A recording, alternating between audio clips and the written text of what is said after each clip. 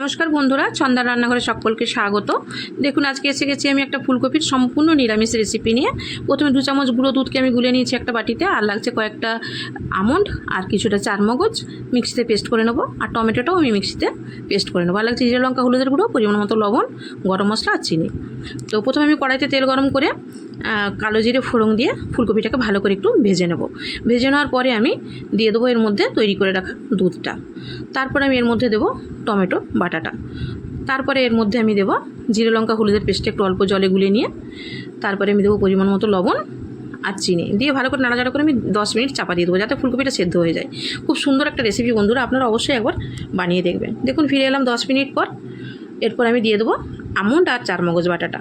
তারপরে ভালো করে 2 মিনিট নাড়াচাড়া করে নিয়ে আমি উপর থেকে গরম মশলা আর 1 চামচ ঘি দিয়ে দিলেই আমার একদম তৈরি হয়ে যাবে আজকের নিরামিষ রেসিপি। যদি ভালো লাগে বন্ধুরা, অবশ্যই একবার একটা লাইক করে দেবেন।